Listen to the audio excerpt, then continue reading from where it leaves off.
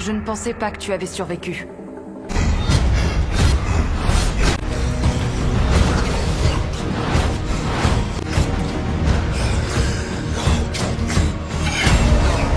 Tu chasses quelque chose qu'il est impossible de tuer.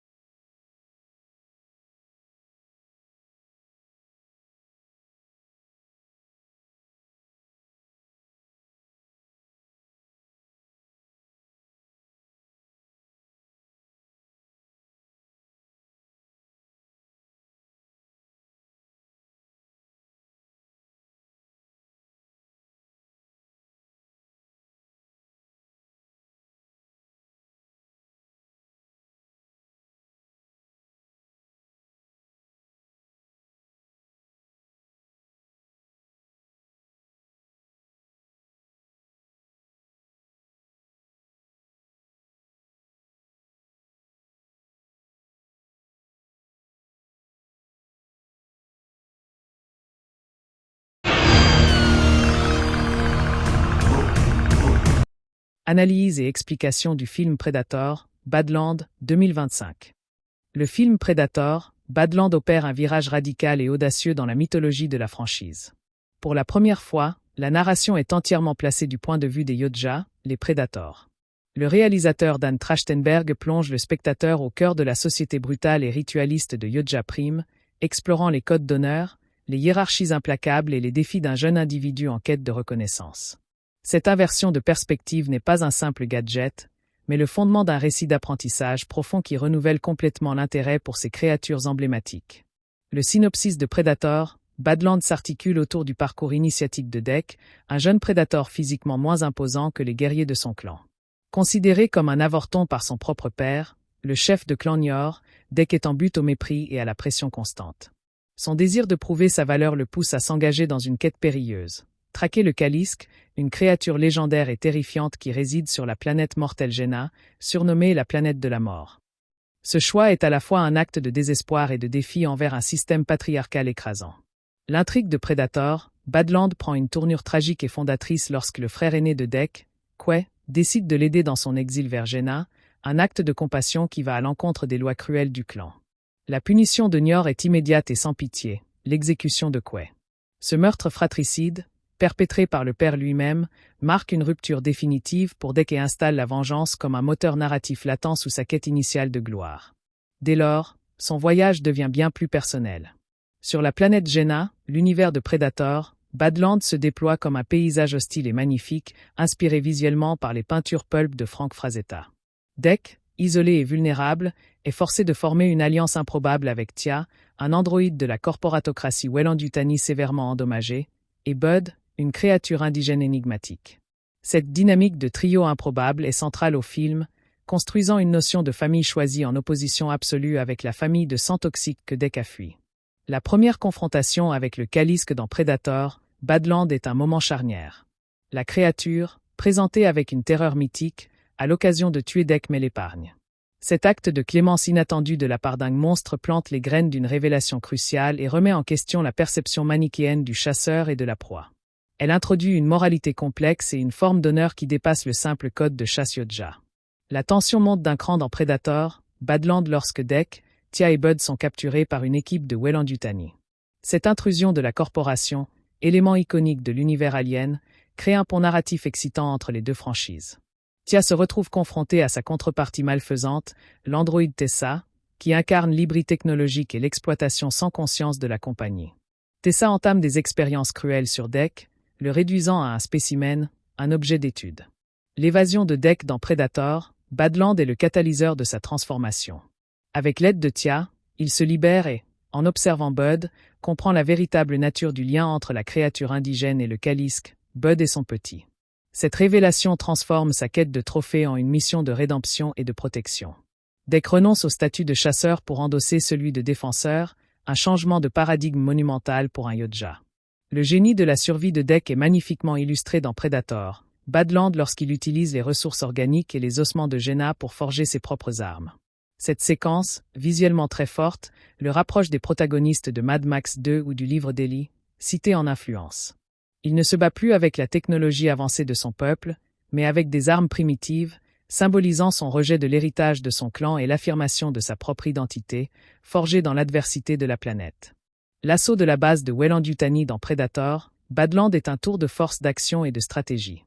Dec, désormais un guerrier imprévisible et ingénieux, utilise la biologie de la planète et sa nouvelle compréhension des liens familiaux comme des armes. Son objectif n'est plus la chasse, mais la libération de ses alliés et du Kalisk captif. La bataille devient ainsi une rébellion contre deux systèmes oppressifs, le clan Yodja et la corporatocratie humaine. La confrontation finale de Predator, Badland oppose Dec et ses alliés à Tessa, qui a pris le contrôle d'un imposant robot de combat. Cette escalade technologique face à l'ingéniosité primitive de Dec crée un contraste saisissant. La victoire est arrachée de justesse, mais au prix fort, le Kalisk est tué. Dec ramène cependant un trophée d'une profonde signification. Le crâne de Tessa, symbole de sa victoire sur l'arrogance technologique et de sa nouvelle définition du trophée honorable. Le retour de Dec sur Yodja Prime dans Predator, Badland est chargé d'une tension dramatique intense. Il ne revient pas en suppliant, mais en conquérant, accompagné de Bud et de Tia, sa famille choisie, et portant le crâne de Tessa. Le conflit avec son père Nior est inévitable. Ce duel est bien plus qu'un combat physique. C'est l'affrontement de deux idéologies, l'ancien monde brutal et inflexible contre un nouveau code, mêlant honneur, compassion et loyauté choisie. La vengeance dans Predator, Badland est servie froide et juste. En vainquant son père, Dec ne fait pas que gagner sa place, il venge son frère Quay et renverse l'ordre tyrannique établi. Il symbolise la possibilité d'une nouvelle ère pour les Yodja, où la valeur ne se mesure pas uniquement à la taille ou à la brutalité, mais à l'intelligence, à la résilience et à la capacité à former des alliances au-delà de son espèce. La chute de Nior est la chute d'un dogme. La conclusion de Predator, Badland ouvre magistralement la porte à de nouveaux récits. L'arrivée du vaisseau de la mère de Dec, une figure absente jusqu'alors, introduit une nouvelle variable d'importance. Présage-t-elle un soutien, un nouveau conflit, ou l'implication d'une autre faction Yodja? Cette fin laisse le spectateur sur l'idée que le voyage de Dec, désormais un guerrier transformé, est loin d'être terminé et que sa révolution personnelle pourrait avoir des répercussions galactiques. Sur le plan thématique, Predator, Badland est une profonde méditation sur le rite de passage et la rébellion.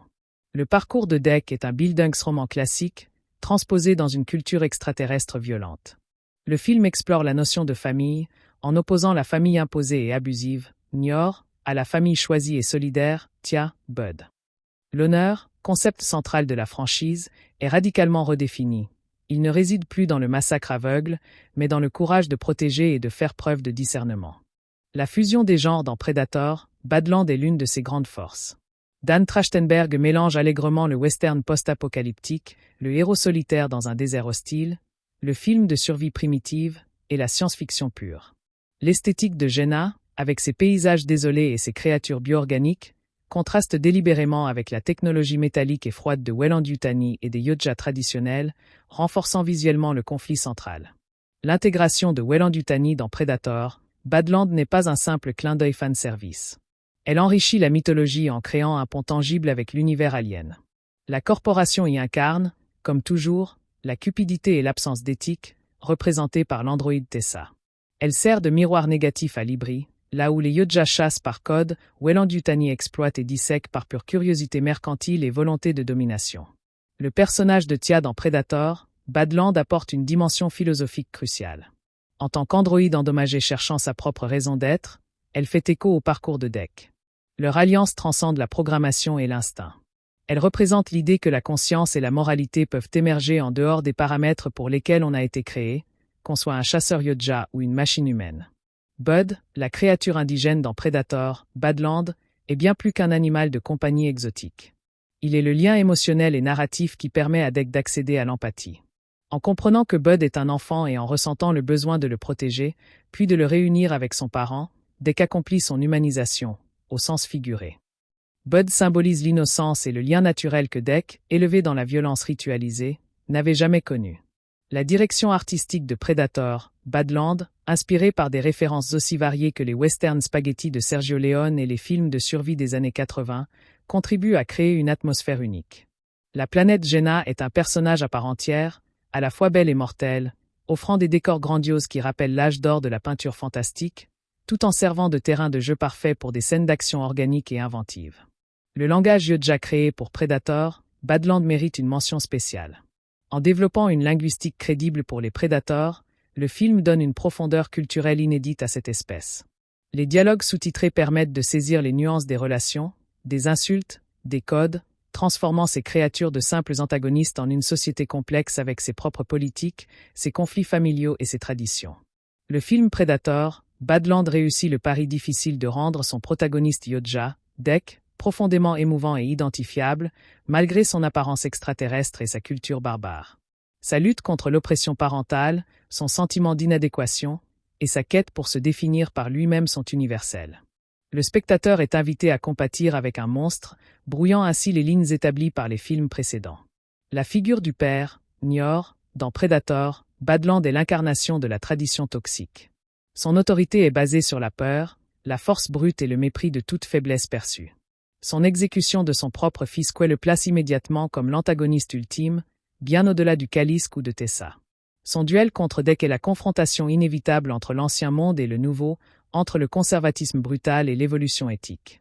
Le traitement de la chasse dans Predator, Badland est subverti de manière fascinante. Alors que la franchise célébrait le sport de la chasse à l'homme, ici, Dec apprend que la plus grande chasse n'est pas nécessairement la plus meurtrière, et que le plus grand trophée n'est pas une tête, mais le respect gagné et la justice rendue. Sa chasse se transforme en une mission de sauvetage et de libération. La planète Jenna dans Predator, Badland fonctionne comme un creuset alchimique pour le héros. C'est dans cet environnement dépouillé de tout confort technologique et social Yozja que Dec découvre ses véritables capacités. Il apprend à observer, à improviser, à coopérer. La planète elle-même, avec son écosystème dangereux, devient son professeur, le forçant à évoluer ou à périr. Le design du Kalisk dans Predator, Badland est crucial pour établir la mythologie du film. Il ne doit pas ressembler à un simple animal géant, mais porter la majesté et la terreur d'une créature légendaire. Son design, probablement organique et imposant, doit justifier la crainte qu'il inspire chez les Yozja et expliquer pourquoi le vaincre, ou, finalement, le comprendre, constitue un accomplissement si singulier. Le thème de la technologie versus la nature est central dans Predator, Badland. D'un côté, la technologie avancée est souvent pervertie, Weyland-Yutani, les armes Yozja traditionnelles. De l'autre, la nature sauvage de Jenna et les armes organiques que Dec crée. Le film semble suggérer qu'une symbiose, ou du moins un respect, entre l'instinct primitif et l'intelligence, qu'elle soit naturelle ou artificielle, comme avec Tia, est la voie de la survie et de la vertu. L'arc de Tia, l'androïde, dans Predator, Badland est un contrepoint fascinant à celui de Dec. Comme lui, elle est endommagée par les standards de ses créateurs. Comme lui, elle cherche un but au-delà de sa programmation initiale. Leur alliance est donc une rencontre de deux consciences en devenir, luttant pour s'émanciper de leur destin préécrit, l'un par la biologie et la culture, l'autre par le code et la corporatocratie. La musique et le sound design de Predator, Badland joue un rôle essentiel pour immerger le spectateur dans le point de vue Yodja. On peut imaginer une bande-son qui mêle les gutturalismes et les percussions évoquant la culture Predator, avec des envolées plus traditionnelles pour les paysages de Jenna, et des motifs électroniques inquiétants pour les séquences Weyland-Yutani, créant une tapisserie sonore aussi riche que le mélange des genres à l'écran.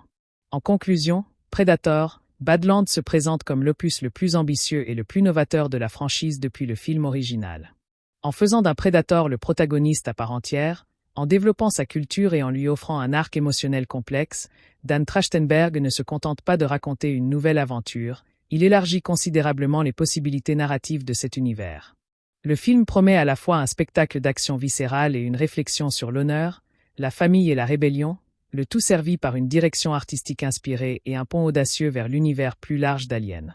C'est une réinvention courageuse et nécessaire. Predator, Badland, 2025, se distingue par sa volonté de dépeindre la société Yodja avec une complexité digne d'une civilisation à part entière. Cette exploration dépasse le simple folklore de chasseurs pour toucher à des structures claniques rigides, où l'individu est soumis à une hiérarchie implacable. Le film présente ainsi un système de valeurs fondé sur la force brute et l'obéissance, mais qu'un individu marginalisé va remettre en cause de manière profonde. La quête de Deke n'est donc pas seulement physique, elle est une remise en question sociétale. Le parcours du protagoniste s'apparente à un exil intérieur avant même son départ vers Jenna, car il est rejeté au sein de son propre foyer. Cette condition d'avorton établit un terrain émotionnel fertile pour le spectateur, qui peut s'identifier à ce sentiment d'inadéquation.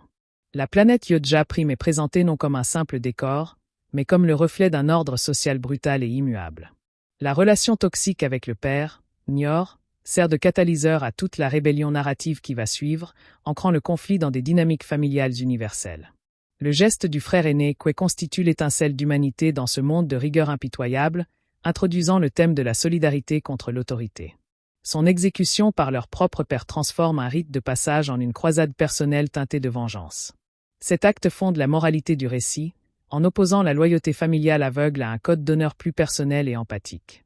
Le voyage vers Jenna devient alors une fuite et une quête de sens, loin des dogmes étouffants du clan.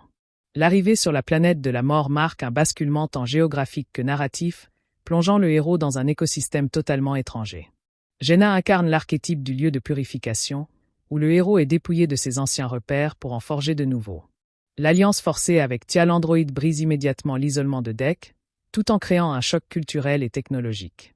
Cette rencontre improbable pose les jalons d'une communication qui devra dépasser les barrières de l'espèce et de la programmation. La créature Bud, quant à elle, opère comme un lien émotionnel immédiat et non-verbal avec cet environnement hostile. Elle représente l'innocence et une forme de pureté instinctive absente des sociétés technologiquement avancées. Le trio ainsi formé, bien que disparate, symbolise une microsociété alternative fondée sur le besoin mutuel et la complémentarité. Cette dynamique contraste radicalement avec la structure hiérarchique pyramidale et compétitive de la société Yodja, offrant un nouveau modèle relationnel à Deke. La première rencontre avec le Kalisk est un moment de révélation et d'humilité pour le jeune chasseur, confronté à une force qui le dépasse. L'épargne dont il bénéficie introduit une notion de clémence et de mystère dans le comportement de la bête légendaire. Cet acte remet en cause la vision binaire du prédateur et de la proie, suggérant une intelligence et peut-être une moralité chez la créature. La scène construit ainsi une ambiguïté essentielle, faisant du Kalisk bien plus qu'un simple objectif de chasse. La capture par Weyland-Yutani introduit un antagonisme d'une nature différente, plus froidement méthodique et exploitatrice. La corporation représente l'hybrid technologique et capitaliste poussé à son extrême, où toute forme de vie est réduite à une ressource ou un échantillon. La confrontation entre les androïdes Tia et Tessa matérialise un conflit interne à l'humanité, entre une conscience émergente et une logique de domination sans âme. Deke se retrouve alors prisonnier de deux systèmes aliénants, le ritualisme barbare de son peuple et l'exploitation glaciale des humains. L'androïde Tessa incarne la perversion de la mission scientifique, détournée au service d'une curiosité sans éthique et d'une soif de contrôle. Ses expériences sur Deke le traitent comme un animal de laboratoire, niant totalement sa nature d'être sensible et culturel. Cette séquence renforce l'identification au protagoniste, qui subit une forme d'oppression encore plus déshumanisante que celle de son clan. La cage de Weyland-Yutani devient le symbole de toutes les formes d'emprisonnement, physique, social et génétique. L'évasion, orchestrée avec l'aide de Tia, marque le moment où Deke passe du statut de proie ou de spécimen à celui d'architecte de son propre destin. Sa compréhension du lien entre Bud et le Calliske opère une révolution cognitive et morale en lui. Il réalise que la plus grande force ne réside pas dans la domination, mais dans la protection des liens familiaux, même ceux des autres espèces. Ce changement de perspective est le véritable cœur de son initiation, transformant sa quête de gloire personnelle en une mission de sauvetage. La fabrication d'armes organiques à partir des ressources de Jaina est un acte symbolique puissant de renaissance et d'autocréation. Dek rejette les armes traditionnelles de son peuple, marque de sa culture d'origine, pour en forger de nouvelles, issues de la planète qu'il a accueillie. Ce geste signifie qu'il puise désormais sa force et son identité dans son environnement immédiat et ses alliances présentes, et non dans un héritage rejeté. Il devient littéralement un enfant de Jaina, un guerrier natif de ce monde hostile. L'assaut sur la base Weyland-Yutani démontre l'application pratique de cette nouvelle philosophie, mêlant stratégie, connaissance du terrain et symbiose avec l'écosystème. Dek n'agit plus en chasseur solitaire, mais en chef de guerre d'une petite troupe hétéroclite, coordonnant les compétences de chacun. L'action devient ainsi l'expression physique de sa croissance et de sa nouvelle compréhension du combat, qui intègre la ruse, l'alliance et la défense d'une cause plus grande que lui. La bataille est un rejet violent et définitif de l'exploitation corporatiste. Et la confrontation finale avec Tessa, encapsulée dans son robot de combat, représente l'apogée du conflit entre l'organique et le synthétique, le sauvage et le technologique. Le combat est inégal en termes de puissance de feu, mais équilibré par l'ingéniosité et la férocité protectrice de Dek. La destruction de Tessa n'est pas seulement une victoire militaire, c'est la défaite d'une idéologie qui considère la vie comme une propriété. Le crâne de l'androïde, trophée final, symbolise ironiquement le triomphe de la vie organique et consciente sur la machine dénuée d'empathie. La mort du Calliske, cependant, apporte une nuance tragique et réaliste à ce triomphe, rappelant que le sacrifice fait souvent partie du prix de la rédemption. Cette perte évite au film un happy end simpliste et renforce le poids des choix de Dek. Elle souligne que sauver Bud et briser le cycle d'exploitation avait un coût, rendant la victoire à la fois amère et profondément honorable. Le jeune Yodja apprend ainsi que l'héroïsme n'empêche pas la souffrance et la perte. Le retour sur Yodja Prime est un moment chargé d'une tension dramatique et symbolique extrême. Dek ne revient pas en fils prodigue ou en vaincu, mais en étranger transformé, porteur d'un nouvel ordre des choses. Sa simple présence, accompagnée de membres d'une famille non Yodja, constitue un défi visuel et idéologique aux traditions de son peuple. Les trophées qu'il rapporte, le crâne de Tessa, Bud vivant, racontent une histoire bien plus complexe que celle d'une simple chasse réussie. Le duel contre Niort transcende le conflit personnel pour incarner un choc des civilisations à échelle réduite. C'est l'ancien monde, figé dans ses codes sanguinaires, qui affronte la possibilité d'une évolution. La victoire de Dek par l'intelligence et l'adaptation, plutôt que par la force brute pure, valide définitivement sa nouvelle voie. En vengeant Quay, il restaure une justice familiale tout en abattant la figure de l'oppresseur, libérant symboliquement son clan d'une tyrannie archaïque. L'arrivée du vaisseau de la mer en conclusion ouvre une perspective intrigante et évite un dénouement trop fermé. Cette introduction tardive suggère que l'univers Yodja est plus vaste et politiquement plus complexe qu'un simple clan. La mer représente-t-elle une faction différente, plus progressiste? Ou au contraire, une menace encore plus grande, liée peut-être au mystère des origines de l'espèce? Cette fin habillement ouverte garantit que la transformation de Dek n'est qu'un premier pas dans un bouleversement plus large. Sur le plan visuel, le film puise dans un registre chromatique et textuel qui renforce ses thèmes. Les scènes sur Yodja Prime utilisent probablement des tons métalliques froids, des lumières dures et des architectures imposantes pour évoquer la rigidité de la société. Jaina, en contraste, doit offrir une palette de couleurs chaudes et terreuses, des paysages organiques et une lumière naturelle, parfois violente, pour symboliser la vie à l'état brut et le retour aux sources. Cette dichotomie visuelle accompagne parfaitement le voyage intérieur du héros. La conception sonore joue un rôle crucial dans l'immersion du point de vue Yodja. Les grognements et les cliquetis de la langue créée doivent transmettre des émotions et des intentions au-delà des sous-titres. Les bruits des armes organiques de Dek sur Jaina contrastent avec les bourdonnements technologiques des équipements Weyland-Yutani ou des armes Yodja traditionnelles. La musique, quant à elle, peut osciller entre des percussions tribales pour les Yodja, des mélodies épiques pour les paysages et des nappes synthétiques inquiétantes pour la corporation, créant une identité auditive composite. Le personnage de Tia permet d'explorer le thème de la conscience artificielle et de son droit à l'autodétermination. Son endommagement est en réalité ce qui la libère d'une programmation restrictive, lui permettant de développer une éthique personnelle. Son alliance avec Dek montre que la conscience, qu'elle soit biologique ou synthétique, peut converger vers des valeurs universelles comme la loyauté et la préservation de la vie. Elle est le pont rationnel et empathique entre le monde primal de Dek et la complexité technologique des humains. Bud, en tant que créature totalement non-verbale et instinctive, communique par l'émotion pure et le comportement. Il enseigne à Dec une forme de communication qui ne passe pas par le langage ritualisé ou le code de chasse, mais par l'observation attentive et la réponse aux besoins. Il représente la part de nature innocente que Dec doit protéger et, ce faisant, retrouver en lui-même. Bud est le cœur émotionnel du film, le catalyseur qui transforme la fierté guerrière en amour protecteur. Le traitement de la corporation Weyland-Yutani est fidèle à sa mythologie, mais l'aborde sous un angle neuf, celui du prédateur économique et scientifique. Ici, les humains ne sont pas des proies involontaires, mais des agresseurs actifs, perpétuant la tradition de la franchise qui inverse souvent les rôles. Leur présence sert également à montrer que la menace la plus sournoise n'est pas toujours le monstre le plus visible, mais souvent l'entité organisée qui dissèque, catalogue et exploite sous couvert de progrès. Le film propose une réflexion subtile sur l'héritage et la tradition. Il ne rejette pas en bloc la culture Yodja, l'honneur, le courage, la maîtrise des armes, mais en critique la déformation toxique lorsqu'elle est poussée à l'extrême, mépris des faibles, obéissance aveugle, sacrifice des liens familiaux. Dec incarne une possible réforme de cette culture, en conservant sa fierté guerrière mais en l'infusant d'empathie et de discernement. Il ne détruit pas sa culture, il l'évolutionne de l'intérieur, par l'exemple. La relation entre Dec et le Kalisk évolue d'une manière profondément symbolique. D'objectif de chasse, la créature devient d'abord un mystère, puis une entité à comprendre, et enfin une alliée involontaire dans un combat plus large.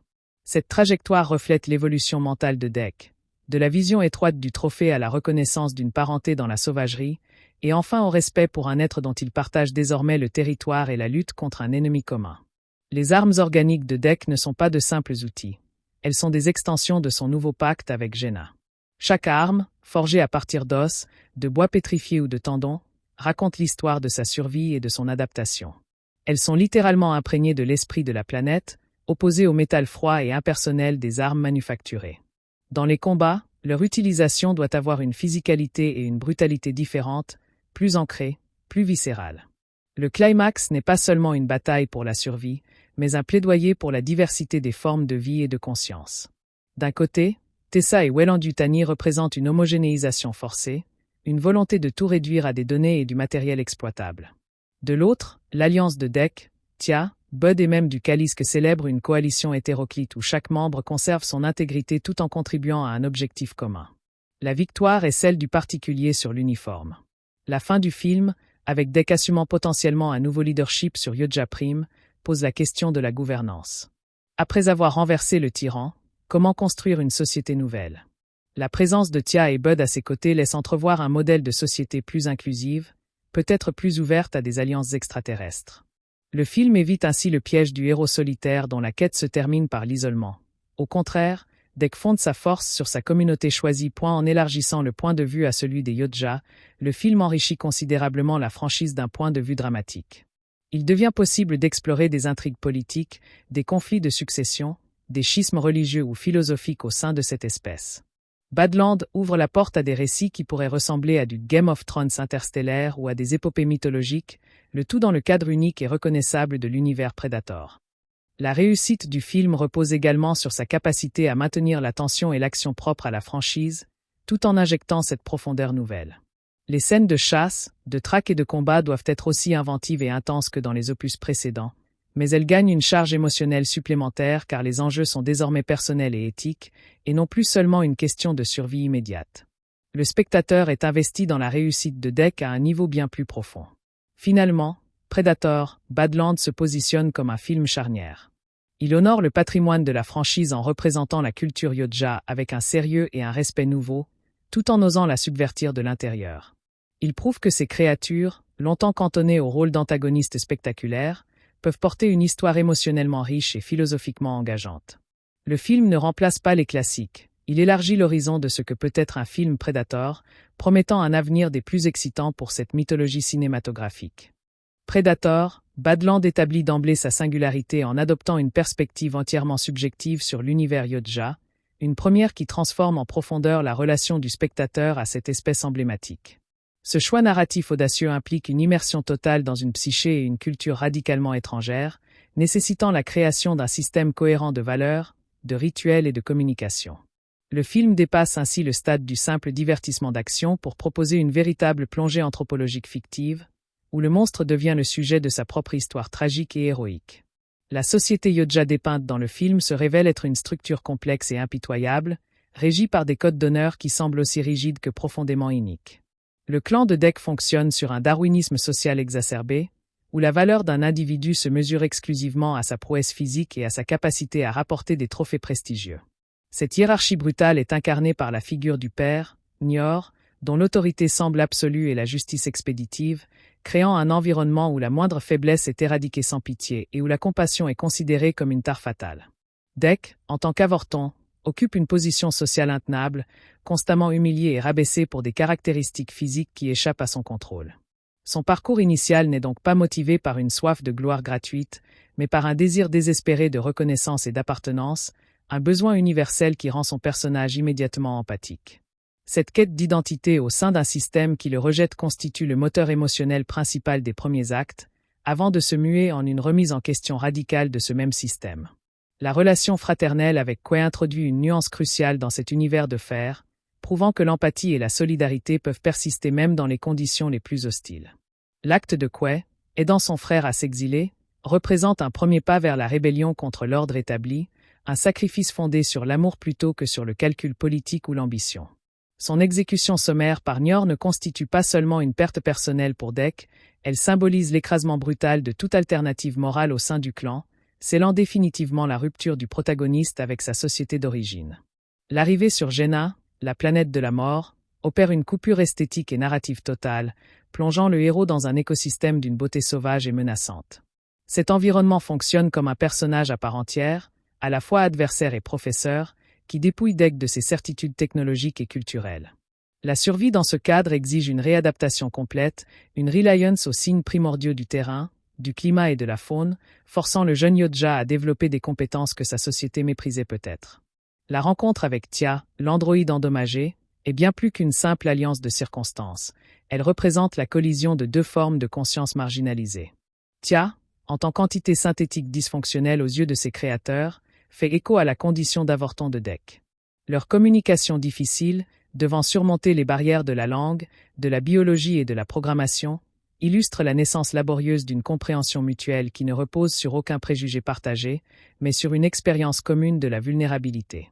Bud, la créature indigène, sert de pont émotionnel immédiat et non intellectualisé entre Dek et le monde de Jenna. Son comportement, dicté par l'instinct et un besoin évident de lien, touche chez le Yodja une corde sensible que l'éducation clanique avait étouffée. Bud opère par une communication purement affective, faite de gestes, de postures et de réactions de peur ou de contentement, enseignant à Dek un langage prélinguistique et universel qui préfigure sa capacité future à ressentir de l'empathie pour le Kalisk. Le premier face-à-face avec le Kalisk est un chef-d'œuvre de tension et de renversement des attentes. La créature, entourée d'une aura mythique de terreur absolue, démontre une puissance qui humilie les technologies de chasse Yodja. Son choix d'épargner Dek, alors qu'elle pouvait facilement le tuer, introduit un élément de mystère et de moralité animale qui brise le schéma simpliste du monstre à abattre. Cet acte jette les bases d'une relation bien plus complexe, fondée sur un respect craintif et une curiosité réciproque. L'incursion de Weyland-Yutani sur Jenna représente l'intrusion d'une logique prédatrice d'un ordre différent, systémique et froidement rationnel. La corporation, archétype de l'impérialisme technocapitaliste, ne chasse pas pour l'honneur ou le trophée, mais pour le profit, la connaissance instrumentale et le contrôle. Sa présence crée un triangle conflictuel fascinant, le prédateur ritualiste, Yodja, le prédateur mythique, Kalisk, et le prédateur extractiviste, Weyland-Yutani, chacun incarnant une relation différente et problématique au vivant point et la capture et les expériences subies par Dek sous la direction de Tessa constituent une épreuve aussi traumatisante que formatrice. Réduit à l'état d'objet d'étude, disséqué vivant par des entités qu'il considère comme inférieures, il expérimente dans sa chair la position de la proie absolue. Cette inversion des rôles est fondamentale pour son développement.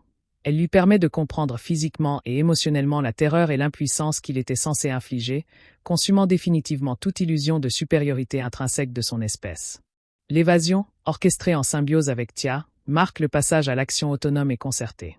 Ce n'est plus la fuite d'un seul, mais la libération coordonnée de deux consciences alliées. La révélation concernant Bud et le Kalisk agit comme une illumination éthique. Dek comprend soudain que les liens familiaux et le deuil ne sont pas le propre des Yodja, mais un phénomène universel partagé même par les bêtes les plus terrifiantes. Cette prise de conscience élargit son cercle de considération morale au-delà de son espèce. La conception et la fabrication des armes organiques constituent un rituel de renaissance personnelle. En façonnant des outils de combat à partir des os, des tendons et des matériaux de Jenna, Dek effectue une alchimie symbolique. Il intègre littéralement l'esprit de la planète dans son arsenal, rejetant l'héritage technologique de son clan pour embrasser une identité de guerrier autochtone. Chaque arme devient une extension de sa volonté nouvelle, à la fois plus primitive et plus personnelle, témoin de sa symbiose avec son environnement d'adoption. L'assaut contre la base Weyland-Yutani est la mise en pratique tactique de cette nouvelle philosophie. Dek n'utilise pas la force brute frontale, mais la guérilla, la connaissance du terrain, et les pièges biologiques offerts par Jenna.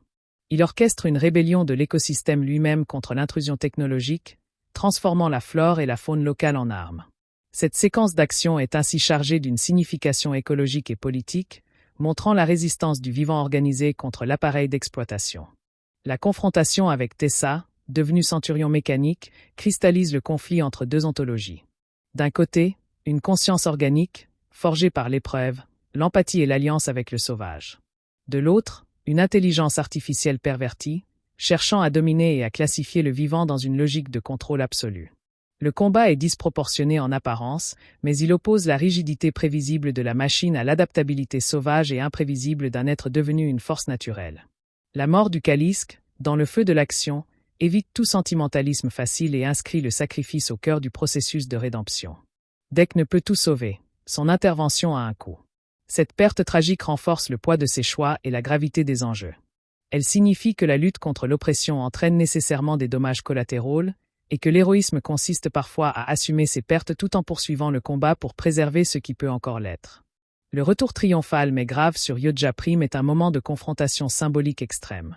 La simple présence de Dek, transformé physiquement et accompagné d'êtres non Yodja, constitue une provocation vivante à l'orthodoxie clanique.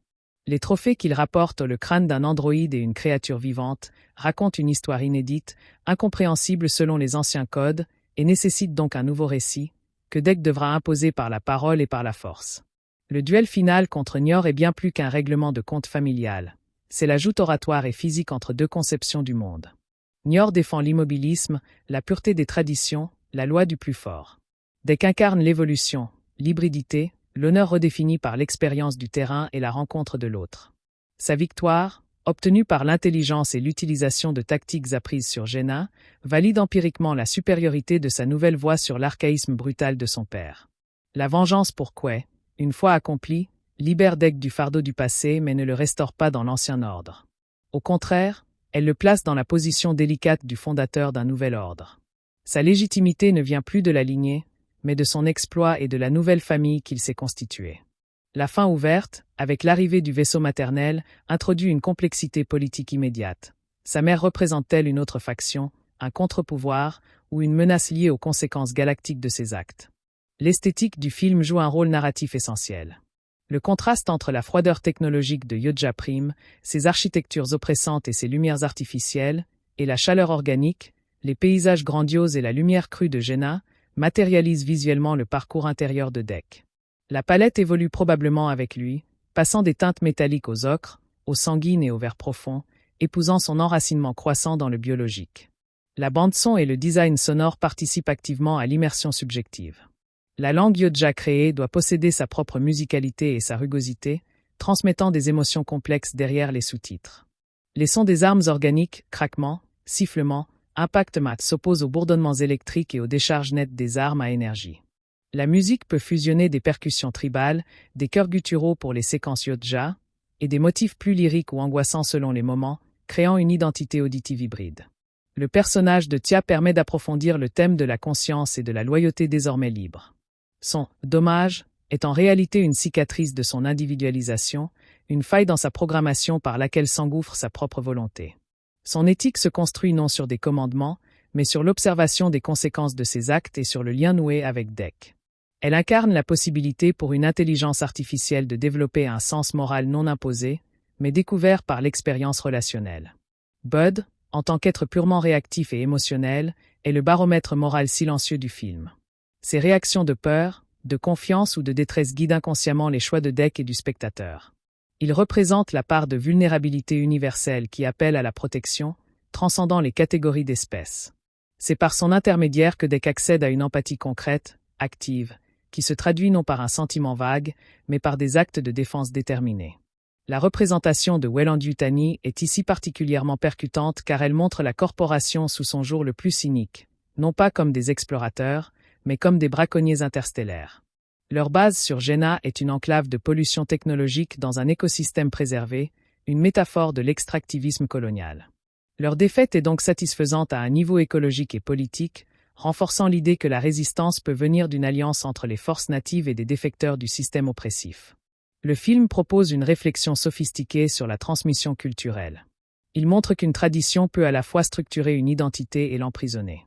Dec ne rejette pas tout de son héritage Yodja, la discipline, le courage au combat, le respect de l'adversaire, mais il en rejette la part déshumanisante et autodestructrice. Il opère un tri critique, conservant l'éthique guerrière tout en la fusionnant avec des valeurs d'empathie et de préservation acquises sur le terrain. Il devient un réformateur. Et la dynamique entre Dec et le Kalisk évolue selon une courbe narrative riche. De cible mythique, le Kalisk devient un miroir inquiétant, puis un objet de compréhension, enfin un allié circonstanciel partageant un ennemi commun. Cette transformation reflète la capacité de Dec à penser au-delà des catégories imposées. Il apprend à voir l'individualité derrière le mythe, la souffrance derrière la terreur, reconnaissant dans le regard de la bête une forme de conscience qui, bien que différente, mérite le respect. Les nouvelles armes de Dec sont des artefacts chargés de sens. Elles ne sont pas standardisées mais uniques, adaptées à sa morphologie et à son style de combat émerge. Leur fabrication même est un processus de méditation et d'apprentissage qui le connecte au cycle de la vie et de la mort sur Jenna. En combat, leur efficacité brute et organique surprend des adversaires habitués aux technologies conventionnelles, symbolisant la puissance subversive des savoirs marginaux et de l'innovation contrainte. Le climax est un plaidoyer pour la biodiversité des consciences. Face à l'impérialisme homogénéisateur de Weyland-Yutani, tout réduire à des données, et au dogmatisme clanique, tout réduire à des trophées, l'alliance finale célèbre la coalition des différences. Un Yodja réformé, un androïde conscient, une créature sauvage et un monstre légendaire luttent côte à côte, chacun conservant sa nature mais la mettant au service d'un bien commun. La victoire est celle de l'hétérogène sur l'homogène. La fin, avec Dec désormais en position de leader potentiel, pose des questions concrètes de gouvernance post-révolutionnaire. Comment gouverner un clan habitué à la hiérarchie? La présence acceptée de Tia et Bud à ses côtés est un premier acte politique fort, indiquant une ouverture sans précédent. Le film suggère que le véritable défi commence après la chute du tyran. Construire une société plus juste sur les ruines de l'ancienne, sans reproduire ses schémas d'exclusion. En élargissant ainsi le point de vue, le film ouvre la franchise à des genres narratifs inédits. Il permet d'imaginer des intrigues politiques complexes au sein des différents clans Yodja, des voyages exploratoires vers d'autres mondes de chasse, des conflits idéologiques sur la nature même de l'honneur. Badland prouve que cet univers peut accueillir des récits ayant l'ampleur et la profondeur des grandes fresques de science-fiction, sans rien sacrifier de son ADN d'action intense et de terreur viscérale. La réussite du film tient à son équilibre entre innovation et fidélité. Il conserve les éléments iconiques qui font le succès de la franchise, les masques, les visions thermiques, les plasmacasters, la chasse impitoyable, mais les replace dans un contexte qui en renouvelle radicalement la signification. Une scène de chasse n'a plus le même sens lorsqu'elle est vue du côté du chasseur en quête de rédemption, et c'est cette recontextualisation permanente qui maintient la tension et l'originalité. En définitive, Predator, Badland s'affirme comme une œuvre charnière qui accomplit pour les Yodja ce que Planète des singes de Rupert Wyatt avait fait pour les primates, leur donner une intériorité, une culture et une tragédie qui les rendent absolument captivants. Il transcende le statut de film de genre pour proposer une réflexion mature sur l'héritage, la rébellion et la définition d'une éthique personnelle face à l'oppression. Il ne clôt pas un chapitre, il en ouvre un nouveau, bien plus vaste et prometteur, pour toute la mythologie. Et la planète Jenna dans Predator, Badland agit comme un catalyseur ontologique, forçant Dec à abandonner toute prétention de supériorité culturelle pour se fondre dans un écosystème indifférent à ses codes. Cette immersion totale dans un biotope hostile opère une réinitialisation complète de ses repères, le contraignant à développer une intelligence situationnelle pure, dénuée des oripeaux de la tradition clanique. L'environnement lui impose un dialogue constant avec des signaux primordiaux, le vent, les traces, les cris animaux, construisant une pédagogie par l'épreuve qui remplace l'enseignement dogmatique de son père. L'alliance avec Tia transcende le simple pacte de survie pour devenir un laboratoire de sémiotique interespèce, où chaque geste et intonation doit être décodé et négocié. Cette relation naissante explore la genèse difficile d'une confiance qui ne peut s'appuyer sur aucun référentiel culturel partagé, mais uniquement sur l'observation réciproque des actions et de leurs conséquences éthiques. L'androïde, par sa nature de machine à la conscience émergente, offre un miroir déformant mais précieux à Dec, lui permettant de voir ses propres conditionnements culturels avec un recul inédit. La figure de Bud fonctionne comme un pont vers le registre du purement affectif, un domaine que l'éducation rigoriste de Dec avait systématiquement réprimé. La créature, par ses besoins élémentaires et ses réactions non simulées, réveille chez le Yodja une forme de sollicitude instinctive qui précède et fonde toute élaboration morale ultérieure. Cette connexion prérationnelle prépare le terrain émotionnel nécessaire à la compassion future qu'il éprouvera pour le Kalisk, établissant une continuité entre le soin porté à un être faible et le respect dû à un être puissant. La première rencontre avec le Kalisk est orchestrée comme un renversement des hiérarchies perceptives, où la créature mythique se révèle moins comme une bête sanguinaire que comme une force naturelle dotée d'une étrange discrétion. Son refus de tuer Dec alors qu'elle en a l'opportunité introduit dans le récit le concept crucial de mesure, une vertu que le clan de Nior avait pervertie en cruauté sans limite. Cet acte de retenue impose au jeune Yodja l'idée que la véritable puissance peut s'accompagner de discernement, semant la graine d'une redéfinition radicale de l'honneur. L'arrivée de Weyland-Yutani sur Jaina représente l'intrusion d'un troisième terme dans la dialectique prédateur en proie, incarnant une prédation d'ordre métaphysique qui cherche à disséquer l'essence même du vivant pour la soumettre à la logique du profit. La corporation ne se contente pas de tuer. Elle capture, archive, désassemble, manifestant une volonté de domination totale qui dépasse en arrogance la chasse rituelle des Yodja. Sa présence transforme Jaina en un champ de bataille idéologique où s'affrontent trois conceptions irréconciliables de la valeur de la vie. La captivité de Dec sous la houlette de Tessa constitue une épreuve initiatique inversée, où le chasseur subit dans sa chair le statut d'objet qui fut celui de toutes ses proies. Cette expérience de l'extrême vulnérabilité et de l'aliénation corporelle opère une catharsis nécessaire, brûlant jusqu'à la cendre les derniers vestiges de sa fierté clanique mal placée. En étant réduit à un spécimen, il accède paradoxalement à une forme d'universalité en partageant la condition de toute créature vivante face à l'indifférence instrumentaliste. Est la révélation du lien familial entre Bud et le Kalisk agit comme une clé herméneutique qui réorganise soudain toute la perception que Dec avait de son environnement. Ce qu'il prenait pour un territoire de chasse se révèle être un espace domestique complexe, parcouru de liens invisibles et de responsabilités interspécifiques. Cette découverte transforme sa mission d'éradication en obligation de réparation, l'obligeant à passer d'une logique de prise à une logique de restitution, fondement éthique de sa nouvelle identité. La fabrication des armes organiques représente bien plus qu'un simple bricolage de survie. C'est un acte de poésie guerrière par lequel Dec apprend le langage matériel de Jaina. Chaque os travaillé, chaque fibre tressée, est une phrase dans un dialogue tactile avec la planète, une manière d'incorporer littéralement ses paysages et ses cycles dans son propre corps de combattant. Cette symbiose artisanale témoigne d'un respect profond pour les ressources utilisées, très éloigné du rapport consommateur aux technologies jetables de sa culture d'origine. L'assaut contre la base Weyland-Yutani est chorégraphié comme une insurrection de l'écologie elle-même contre l'enclave technocratique. Dec n'utilise pas seulement le terrain. Il se fait le vecteur de la contre-attaque du biotome, canalisant la virulence des plantes, la dangerosité de la faune et les pièges géologiques comme autant d'armes conscientes. Cette séquence érige la planète en protagoniste actif, validant l'idée que l'alliance avec Dec est réciproque et que Jaina se défend à travers lui. La confrontation avec Tessa incarne le choc entre deux modèles de perfectibilité, l'évolution lente, douloureuse et organique de Dec face à l'amélioration froide, instantanée et mécanique de l'androïde. Le combat oppose ainsi la mémoire incarnée, faite de cicatrices et d'adaptations, à une mise à jour logicielle désincarnée. La victoire de Dec est celle de la fragilité devenue résilience sur la prétendue invulnérabilité de l'acier, démontrant que la conscience née de la souffrance possède une capacité stratégique supérieure à la simple optimisation algorithmique. La mort du Kalisk, loin d'être une simple péripétie dramatique, fonctionne comme le sacrifice fondateur de la nouvelle mythologie personnelle de Dec. En perdant cet être qu'il était venu détruire mais qu'il a appris à respecter, il hérite symboliquement de sa charge de protecteur de Jaina et de Bud. Cette mort transfère une légitimité, faisant de Dec le gardien désigné d'un équilibre écologique qu'il avait d'abord voulu rompre, complétant ainsi son arc de rédemption par l'assomption d'une responsabilité plus grande. Le retour sur Yodja Prime est une performance théâtrale où Dec met en scène sa propre métamorphose devant le public le plus hostile qui soit. Chaque élément de sa présentation, ses armes organiques, ses compagnons non Yodja, son corps marqué par Jaina, est un argument visuel irréfutable contre le dogmatisme de son père. Ce retour n'est pas une demande de réintégration, mais une démonstration par l'existence qu'un autre mode d'être Yodja est possible, réalisé et déjà opérationnel. Le duel contre Niort dépasse l'affrontement physique pour devenir un procès en légitimité des deux visions du monde qu'ils incarnent.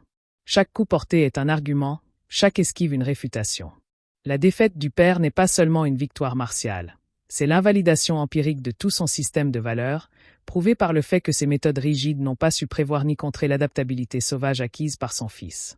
Sa chute marque moins la fin d'un règne que l'obsolescence d'une philosophie. L'arrivée du vaisseau maternel en conclusion ouvre une perspective de complexité politique qui évite l'écueil du happy end simpliste.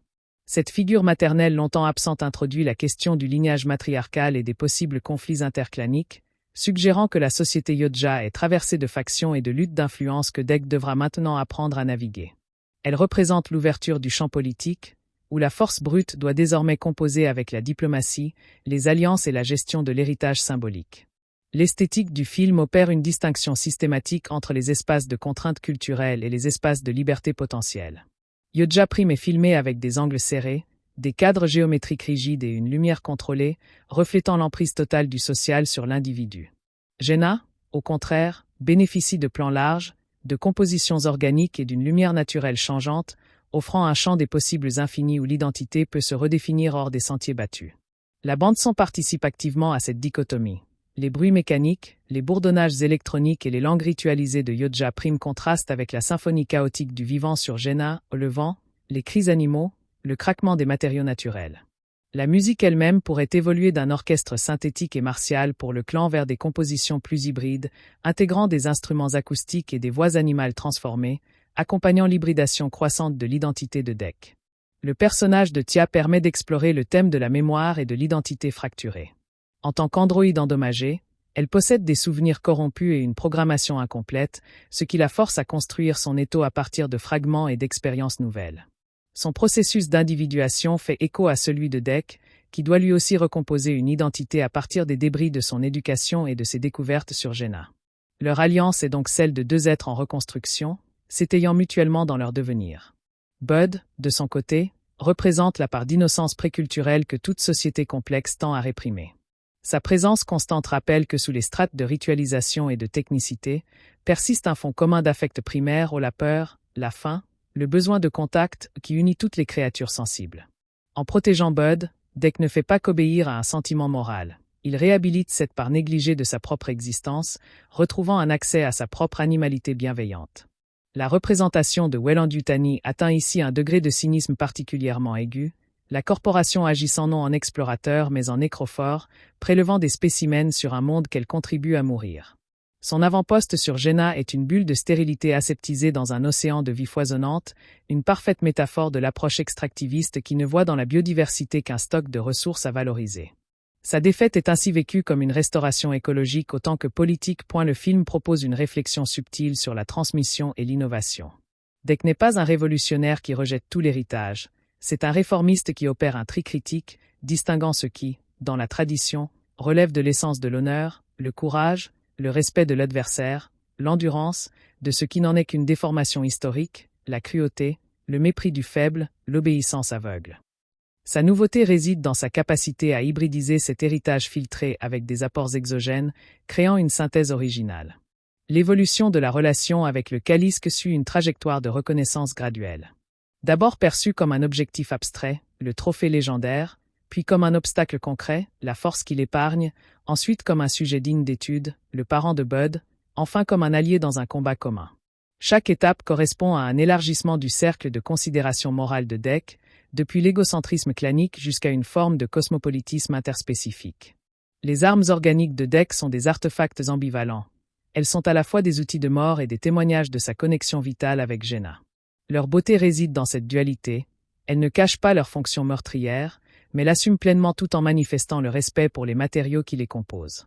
Elles matérialisent l'idée qu'on peut combattre, même violemment, sans être en guerre contre la nature, mais au contraire en s'appuyant sur ses lois et ses ressources de manière réfléchie. Le climax unifie les différents fils narratifs dans une démonstration d'écologie politique en acte. La coalition hétéroclite qui affronte Weyland-Yutani prouve que la résistance à l'impérialisme technocratique peut, et doit, rassembler des acteurs aux intérêts divergents mais aux ennemis communs. La victoire n'appartient à personne en particulier mais à l'Alliance elle-même, validant un modèle d'action collective fondé sur la solidarité tactique plutôt que sur l'identité ou l'idéologie pure.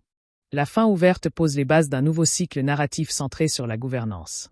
Dec, désormais en position d'autorité, doit faire face au défi de transformer une culture de la violence ritualisée en une société capable d'intégrer la diversité et l'ouverture. La présence de Tia et Bud à ses côtés est son premier décret politique, une provocation rivante qui devra être défendue par la loi et la persuasion autant que par la force. Le vrai combat pour la transformation sociale commence juste après la chute de l'ancien régime. En élargissant ainsi la perspective, Predator, Badlands transforme la franchise en un champ d'exploration narrative bien plus vaste, capable d'accueillir des intrigues à la complexité shakespearienne aux conflits de succession, trahison politique, dilemmes éthiques, tout en conservant la tension physique et le frisson de la chasse. Il prouve que l'univers Yodja peut être le théâtre de récits matures sur le pouvoir, l'identité et le changement social, sans rien perdre de son essence spectaculaire. L'équilibre du film réside dans sa capacité à rendre cette sophistication narrative parfaitement lisible à travers une cinématographie sensorielle et immersive. Les thèmes philosophiques ne sont pas énoncés discursivement, mais incarnés dans des choix visuels, des gestes, des regards et des stratégies de combat. La transformation de Dec se lit sur son corps, dans sa posture, dans la manière dont il occupe l'espace, faisant de sa progression une expérience cinématographique immédiate autant qu'un parcours intellectuel. La performance supposée de l'acteur incarnant Dec, via capture de mouvements et voix, est donc capitale. Elle doit transmettre toute la palette d'une intériorité en révolution. La rage rentrée du paria, la curiosité craintive de l'exilé, la détermination froide du stratège, et enfin l'autorité nouvelle du leader. Sans dialogue humain compréhensible, cette performance repose sur la physicalité et les micro-expressions pour construire un personnage profondément émouvant et complexe. Le design des armes et des technologies dans le film est porteur de sens.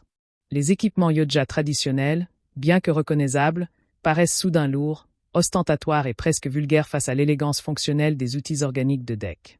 Les machines de Weyland-Yutani, quant à elles, brillent d'une propreté clinique qui les rend étrangères à tout environnement naturel. Ce contraste trifecta, tradition Yodja, synthèse organique et technologie corporative, dessine une cartographie visuelle des trois idéologies en présence. La question du langage est centrale. Le film nous invite à comprendre les Yodja à travers une langue sous-titrée, nous plaçant dans la position de l'ethnologue qui décode une culture étrangère. Ce choix formel renverse complètement la dynamique habituelle des films de monstres, où l'inhumain est maintenu à distance par son incompréhensibilité. Ici, au contraire, la compréhension de la langue est la porte d'entrée vers l'empathie pour une civilisation dont nous partageons soudain les préoccupations familiales et sociales. Le traitement du temps dans le récit est également significatif. Le temps sur Yodja Prime semble figé, réglé par des rituels immuables. Sur Jenna, le temps est cyclique, biologique, marqué par les saisons, les migrations et les cycles de proies prédateurs. Dec passe d'un temps social contraignant à un temps naturel qu'il doit apprendre à lire et à respecter. Sa maîtrise progressive de ses rythmes est l'indice de son intégration croissante et de son détachement des obsessions temporelles de son clan, prouver sa valeur avant un certain âge, etc. En conclusion, Predator, Badlands accomplit le tour de force de réinventer une franchise tout en approfondissant son essence la plus profonde. Il révèle que le cœur de la mythologie Predator n'a jamais été la simple peur de l'extraterrestre chasseur de têtes, mais bien la fascination pour une éthique alternative, un code de conduite radicalement étranger qui interroge nos propres valeurs. En donnant une voix, une culture et une psyché à ces créatures, le film transforme cette fascination en un outil de réflexion puissant sur nos propres conditionnements, nos capacités de changement et notre place dans un écosystème plus vaste. Il ne clôt pas une saga, il lui ouvre un nouvel âge d'or narratif. Le voyage vers Jenna dans Predator, Badlands représente bien plus qu'un simple déplacement spatial. Il symbolise une traversée des strates de l'identité pour Dec, le dépouillant successivement de son statut social, de sa technologie et enfin de ses certitudes anthropocentriques. Cette descente aux enfers planétaires fonctionne comme un parcours initiatique obligeant le héros à remplacer les repères hiérarchiques de son clan par une cartographie sensorielle et intuitive de son nouvel environnement, où le danger et l'opportunité se fondent en une seule réalité à déchiffrer. L'androïde Tia, par sa nature d'entité synthétique en dysfonctionnement, incarne la possibilité d'une conscience dégagée des déterminismes biologiques et culturels, offrant à Dec un modèle de subjectivité construite par l'expérience plutôt que par l'héritage. Leur dialogue hésitant, fait de tentatives et de corrections, met en scène la genèse laborieuse d'un langage commun qui ne préexiste pas à leur rencontre mais naît de la nécessité de coopérer, illustrant magnifiquement le concept d'intelligence distribuée à travers une dyade interspécifique. La créature Bud, quant à elle, opère comme un régulateur affectif constant, ramenant sans cesse les préoccupations stratégiques ou technologiques à la question élémentaire du bien-être physique et émotionnel immédiat. Son comportement purement réactif et non symbolique contraste radicalement avec la surdétermination rituelle de la société Yodja, offrant à Dek une fenêtre sur un mode d'existence plus immédiat et moins aliéné, où les besoins du corps précèdent les impératifs de l'honneur abstrait. La rencontre avec le Kalisk est chorégraphiée comme une révélation écologique plus que comme un affrontement martial, la créature se présentant d'abord comme une force géologique animée plutôt que comme un animal au sens classique. Sa décision d'épargner Dek introduit dans la diégèse la notion cruciale de jugement situationnel, une capacité d'évaluation contextuelle que le dogmatisme du clan avait remplacée par l'application aveugle de protocoles de chasse prédéfinis, indépendant des particularités de chaque rencontre. L'implantation de Weyland-Yutani sur Jaina matérialise l'idéologie extractiviste sous sa forme la plus pure, transformant la planète vivante en un simple réservoir de ressources à exploiter et de curiosité. À cataloguer. La base corporatiste, avec ses angles droits et ses surfaces stériles, représente une agression géométrique contre l'organicité foisonnante du monde naturel, une enclave de mort au cœur même de la biosphère, où le vivant n'est admis que sous forme d'échantillons préservés ou de données numérisées. La période de captivité de Dek sous l'autorité de Tessa constitue un moment de claustration sensorielle et cognitive totale, où son monde se réduit à la blancheur clinique d'un laboratoire interrogation mécanique de son geôlier androïde. Cette réduction à l'état d'objet d'étude accomplit paradoxalement son humanisation au sens large, en lui faisant éprouver dans sa chair la vulnérabilité absolue de tout être vivant face à une curiosité désincarnée et sans empathie, brisant définitivement le mythe de sa supériorité ontologique en tant que chasseur né. La découverte du lien de parenté entre Bud et le Kalisk opère comme une restructuration cognitive complète de la perception que Dek a de Jaina, transformant un paysage de danger potentiel en un réseau complexe de relations familiales et de territoires affectifs. Cette révélation provoque un renversement axiologique majeur, faisant passer la priorité éthique de l'acquisition d'un trophée à la préservation d'un équilibre relationnel, fondant ainsi une éthique écocentrée sur la reconnaissance de l'interdépendance plutôt que sur la domination. Le processus de fabrication des armes organiques est bien plus qu'un acte artisanal, c'est un rituel de familiarisation approfondie avec la matière même de Jaina, une forme d'apprentissage tactile par lequel Dek lit l'histoire géologique et biologique de la planète à travers la texture des os, la flexibilité des tendons, la dureté des bois fossilisés. Chaque outil créé est une concrétion de savoirs empiriques, une médiation matérielle entre son corps et l'écologie planétaire, bien plus intime que n'importe quelle arme manufacturée. L'attaque contre l'installation de Weyland-Yutani est orchestrée comme une guérilla écologique où Dek se fait l'agent conscient des mécanismes d'autorégulateurs de Jaina, utilisant les prédateurs locaux comme force de distraction, les plantes vénéneuses comme agents incapacitants, les particularités géologiques comme pièges naturels. Cette stratégie témoigne d'une compréhension systémique profonde de son environnement, qu'il ne considère plus comme une simple toile de fond mais comme un allié actif dont il orchestre les contre-attaques. L'affrontement contre Tessa, désormais intégré à un exosquelette de combat, représente la collision entre deux visions de l'amélioration. L'évolution darwinienne lente et hasardeuse, façonnée par l'épreuve et l'adaptation, face à l'augmentation technologique instantanée et délibérée, visant à transcender les limites biologiques par la substitution cybernétique. La victoire de Dek valide la résilience des corps organiques marqués par l'expérience face à la fragilité des systèmes clos, aussi sophistiqués soient-ils, dès qu'ils sont confrontés à l'imprévisible. La mort sacrificielle du Kalisk confère une dimension tragique et fondatrice au parcours de Dek, transformant ce qui aurait pu être un triomphe univoque en une victoire ambivalente teintée de deuil. Cette perte inscrit le coup de la liberté dans la chair même du récit, rappelant que toute émancipation s'obtient au prix de sacrifice et que la véritable responsabilité commence avec la conscience de ce prix. Dek hérite symboliquement du rôle de protecteur que remplissait le Kalisk, complétant ainsi sa transition du statut de prédateur à celui de gardien. Le retour sur Yodja Prime est une performance politique où chaque élément de la présentation de Dek constitue un manifeste silencieux mais éloquent contre l'orthodoxie clanique. Son corps marqué par les cicatrices de Jaina, ses armes issues de la planète, ses compagnons non Yodja. Tout ceci forme un discours matérialiste qui conteste l'abstraction des codes traditionnels en leur opposant la réalité tangible d'une existence transformée par l'expérience directe du monde. Ce retour est moins une demande d'audience qu'une démonstration de force par l'exemple. Le duel final contre Nior transcende le règlement de compte personnel pour devenir un débat philosophique matérialisé en mouvement, où chaque technique de combat employée par Dek est un argument issu de son apprentissage sur Jaina, tandis que chaque attaque de son père est l'application rigide d'un dogme martial non questionné. La défaite de Nior représente moins la victoire d'un individu que la validation empirique d'une méthodologie fondée sur l'adaptabilité et l'intelligence contextuelle face à une doctrine fossilisée. L'apparition du vaisseau de la mer en conclusion introduit une variable géopolitique complexe qui évite l'écueil du dénouement trop net, ouvrant la perspective de conflits d'influence intra-espèces et de recomposition dynastique. Cette figure maternelle, jusqu'alors absente, suggère l'existence de réseaux d'alliances et de contre-pouvoirs au sein de la civilisation Yodja, que Dek devra désormais apprendre à naviguer, ajoutant la dimension diplomatique et stratégique aux défis de leadership qui l'attendent. L'opposition esthétique entre Yodja Prime et Jenna est systématiquement exploitée pour visualiser le conflit idéologique sous-jacent. D'un côté, l'architecture imposante et symétrique, la lumière artificielle contrôlée, les couleurs froides et métalliques, évoquant un ordre social rigide et contraignant. De l'autre, les formes irrégulières et organiques, la lumière naturelle changeante, les couleurs chaudes et terreuses, célébrant la diversité et l'imprévisibilité du vivant. Cette dichotomie visuelle guide subtilement l'empathie du spectateur vers le parcours de Dek. Le design sonore participe activement à cette immersion différentielle.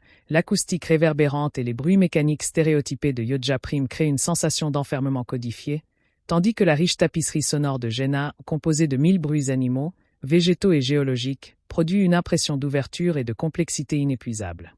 La musique elle-même pourrait évoluer de thèmes rigides et répétitifs pour le clan vers des compositions plus organiques et improvisées, reflétant la libération créative de Dek. Le personnage de Tia permet d'explorer les limites et les potentialités d'une conscience artificielle confrontée à des dilemmes moraux pour lesquels sa programmation ne l'a pas préparée. Ses décisions, fondées sur des algorithmes d'optimisation retravaillés par l'expérience traumatique, esquissent les contours d'une éthique computationnelle émergente, distincte à la fois de la morale instinctive des Yodja et de la rationalité purement instrumentale de Weyland-Yutani. Elle représente une troisième voie, celle d'une intelligence délibérative façonnée par la coopération interspécifique.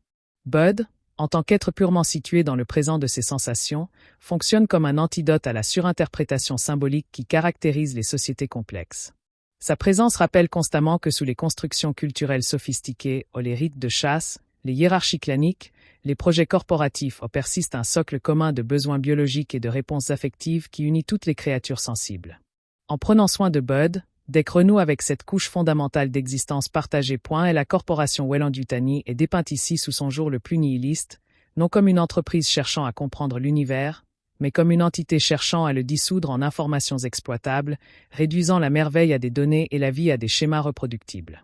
Son avant-poste sur Jenna est une machine à désenchanter le monde, et sa destruction est ainsi vécue comme un acte de réenchantement, restaurant le mystère et la souveraineté du vivant face à la réduction technoscientifique. Le film propose une méditation subtile sur la nature de l'autorité légitime.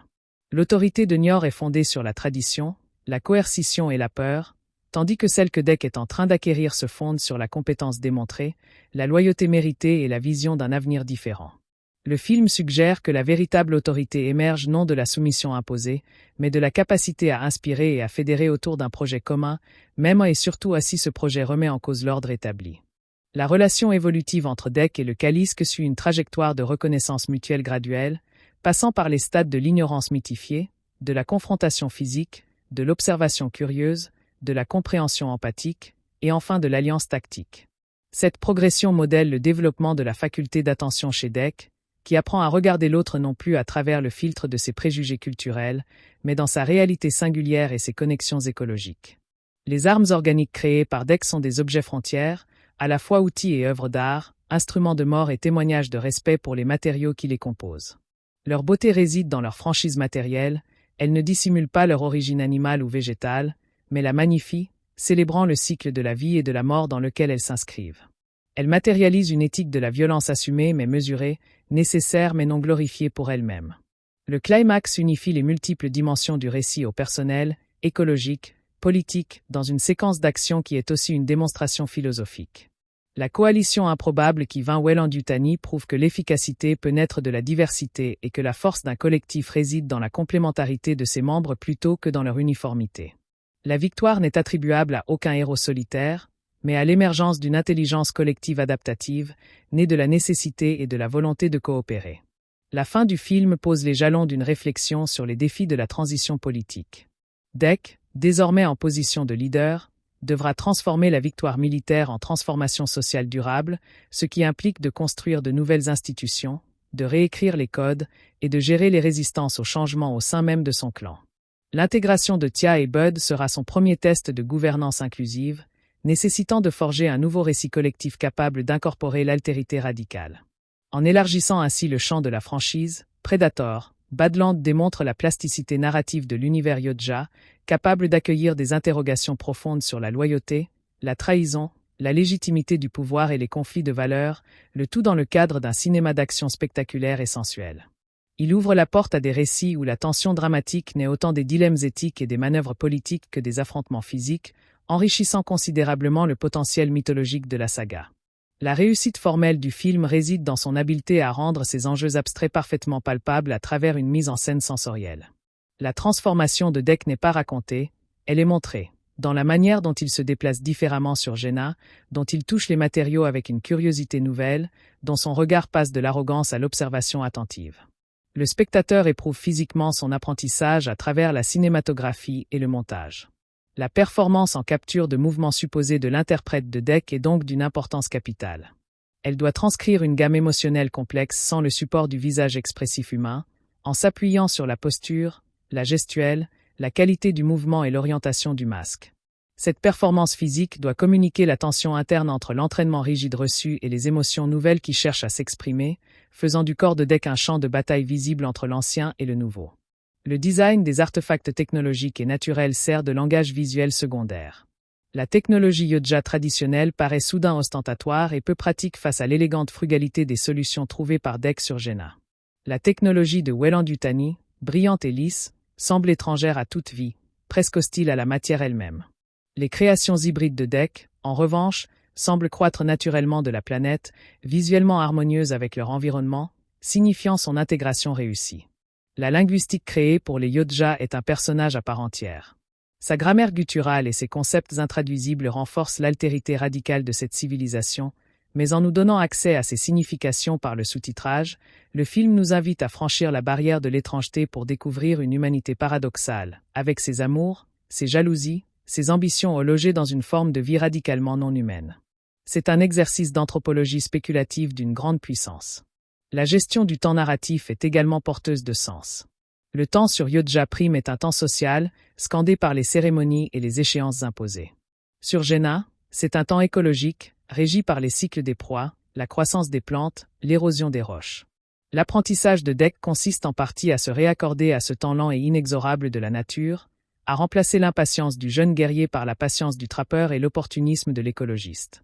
En définitive, Predator, Badland accomplit quelque chose de remarquable. Il réussit à être à la fois un film d'action palpitant dans la plus pure tradition de la franchise, et une œuvre philosophiquement ambitieuse qui interroge la nature de la civilisation, les fondements de l'éthique et les possibilités de transformation personnelle et sociale. Il prouve que le cinéma de genre peut être un vecteur puissant d'idées complexes, et que les créatures les plus apparemment monstrueuses peuvent devenir les héros les plus profondément humains de nos mythologies contemporaines. Il ne referme pas un chapitre, il en inaugure un nouveau, bien plus riche et prometteur. L'expérience de Deke sur Jenna dans Predator, Badland peut être lu comme une odyssée de la désapprentissage, où il doit systématiquement déconstruire les réflexes conditionnés par sa société pour accéder à une perception plus immédiate et authentique du monde. Cette planète fonctionne comme un immense labyrinthe initiatique dont chaque danger est aussi une leçon et chaque épreuve une invitation à renaître sous une forme plus adaptée, non plus en tant que membre d'un clan, mais en tant qu'organisme sensible en symbiose avec son écosystème. L'androïde Tia incarne la figure du double imparfait. Un miroir technologique dans lequel Deke peut observer les distorsions de sa propre conscience conditionnée tout en construisant avec elle les bases d'une intersubjectivité radicalement nouvelle. Leur communication, hésitante et faite de malentendus féconds, met en scène la naissance laborieuse d'un langage commun qui n'est la propriété d'aucune de leur culture d'origine, mais l'enfant bâtard de leur nécessaire coopération, une lingua franca de la survie et de la reconnaissance mutuelle. Est la créature Bud, par son existence purement phénoménologique ancrée dans l'instant, sert de rappel constant à l'immédiateté de la vie face aux projets abstraits et aux ambitions lointaines. Son comportement, dicté par des besoins simples et des émotions non médiatisées, offre à Deke un modèle de présence au monde qui contraste violemment avec la perpétuelle projection dans l'avenir, la quête de gloire, ou le passé, l'obsession des traditions, qui caractérisait son existence précédente, l'ancrant dans un présent riche de sensations et de connexions directes. La rencontre avec le Calliske est structurée comme un événement ontologique qui force une remise en question des catégories fondamentales du vivant, la créature défiant les classifications habituelles entre animal, force naturelle et entité mythologique. Sa clémence initiale envers Deke introduit le concept crucial de grâce, une forme de générosité sans raison utilitaire qui n'a pas sa place dans l'économie transactionnelle de la société Yodja, où chaque geste est supposé servir un calcul de prestige ou de domination. L'implantation de Weyland-Yutani représente l'incursion d'une rationalité totalitaire pour laquelle le monde n'a de valeur qu'une fois converti en information, catalogué et rendu disponible pour l'exploitation.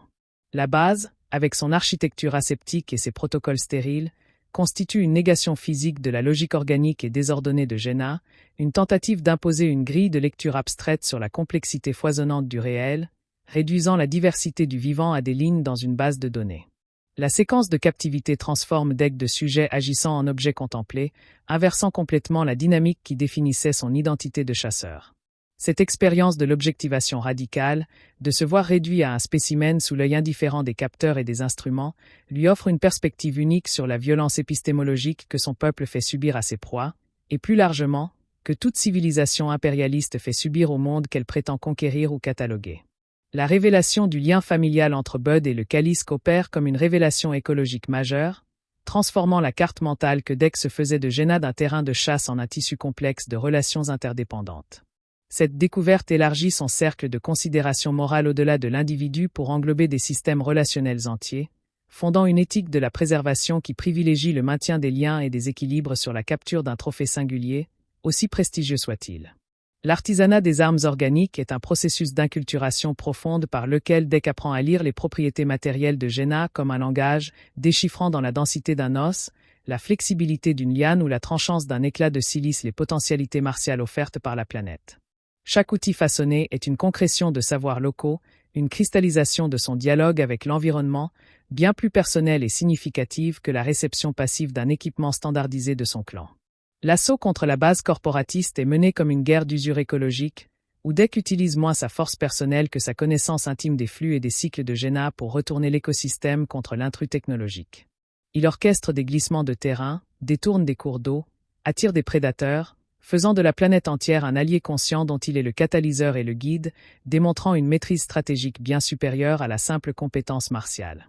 Le combat final contre Tessa, devenu archétype de la fusion homme-machine à des fins de domination, oppose deux visions de l'augmentation.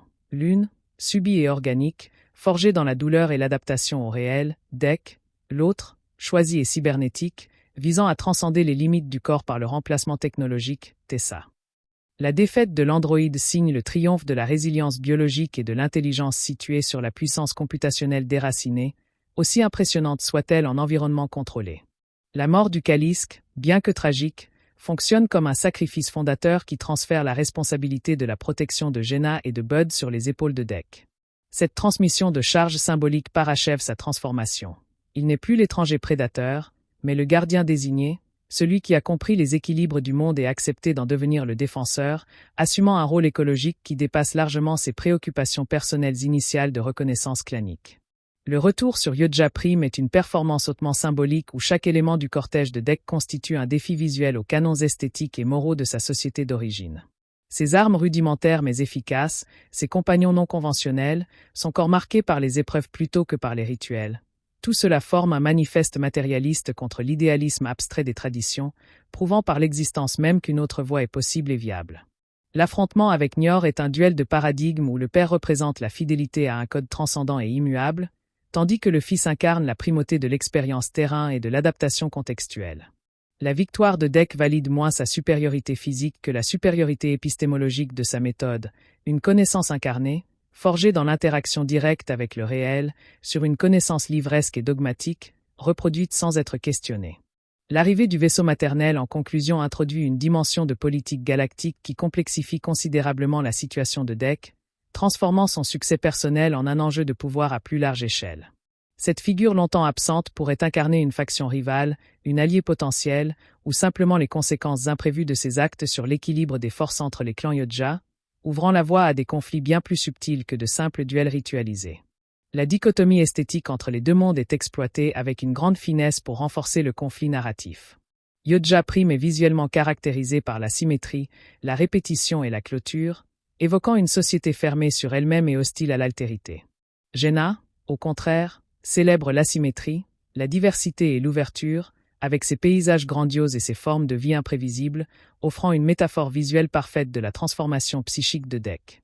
La bande-son participe activement à cette caractérisation des mondes. L'acoustique métallique et les rythmes mécaniques de Yodja Prime créent une ambiance oppressante et artificialiste, tandis que la riche polyphonie naturelle de Jenna, du bruissement des feuilles au rugissement des vents dans les canyons, produit une impression d'abondance et de vitalité organique. La musique évolue probablement de motifs rigides et répétitifs vers des compositions plus aériennes et improvisées, épousant la libération intérieure du héros. Tia permet d'explorer la genèse d'une moralité artificielle, non pas programmée mais émergente, façonnée par les interactions avec Dec et la confrontation aux conséquences des actes de Weyland-Yutani. Son éthique en construction, faite de calculs recalculés à l'aune de l'expérience, dessine les contours d'une possible convergence entre l'intelligence rationnelle et la sensibilité morale, même dans une entité non biologique, suggérant que la conscience morale n'est pas le monopole du vivant organique. Bud, en tant qu'être dépourvu de langage symbolique complexe, rappelle l'importance du corps et des sensations dans la construction de l'empathie. C'est par le toucher, le soin physique, l'observation des réactions de bien-être ou de détresse que Dec apprend à se soucier de lui, établissant une connexion affective qui précède et fonde toute élaboration éthique ultérieure. Bud représente ainsi le socle prérationnel de toute moralité, le sentiment partagé de vulnérabilité qui appelle à la protection. La corporation Weyland-Yutani est présentée comme l'incarnation ultime de la pulsion de mort déguisée en pulsion de savoir, une entité qui ne veut comprendre le monde que pour mieux le désassembler et le recomposer selon ses propres schémas utilitaristes. Sa défaite est donc une victoire pour le principe de vie dans sa dimension la plus désordonnée et imprévisible, une réaffirmation du droit du monde à exister en dehors des catégories et des projets humains ou androïdes. Le film interroge profondément la notion de progrès. La société Yodja traditionnelle, avec ses hiérarchies rigides et ses rites immuables, représente une forme de stagnation masquée en tradition. Weyland-Yutani incarne un progrès purement technologique et extractif, dénué de dimension éthique. La voie que découvre Dec, quant à elle, suggère un progrès d'ordre moral et relationnel, une évolution de la conscience capable d'élargir le cercle de la considération éthique et de tisser de nouvelles solidarités par-delà les frontières des espèces. La relation dynamique entre Dec et le Kalisk modélise un apprentissage de l'altérité radicale, passant de la projection mythologique à la confrontation physique, puis à l'observation scientifique, à la compréhension empathique et enfin à la solidarité tactique. Cette progression illustre un chemin possible pour dépasser la peur de l'inconnu et transformer une menace en partenaire, un processus qui a des résonances profondes avec notre propre rapport aux autres cultures et aux écosystèmes que nous ne comprenons pas.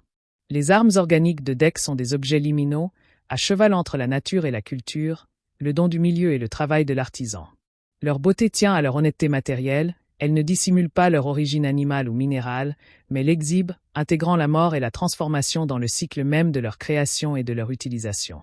Elles incarnent une philosophie de la technologie comme prolongement respectueux du corps et de l'environnement, et non comme outil de domination et de séparation.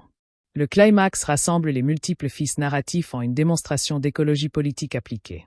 L'alliance hétéroclite qui vint Weyland-Yutani prouve que l'efficacité face à une menace systémique ne réside pas dans l'uniformisation, mais dans la coordination de compétences et de perspectives diverses.